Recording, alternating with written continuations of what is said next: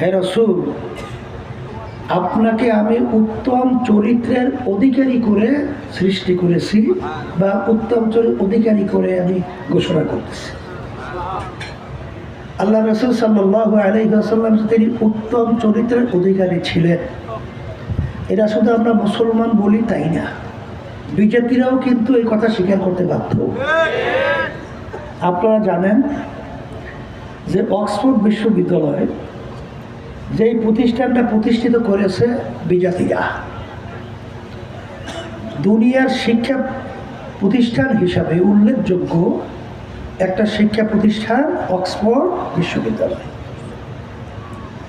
সেখানে যে তারা একটা দুনিয়া সৃষ্টির পরে 100 মনীষীর নাম তারা একটা বই আকারে লিপিবদ্ধ করেছে, সেই 100 মনীষীর প্রথম নামটাই নিয়ে আসতে তারা বাধ্য হয়েছে। তার নাম হলো মুহাম্মদুর রাসূলুল্লাহ সাল্লাল্লাহু আলাইহি ওয়াসাল্লাম।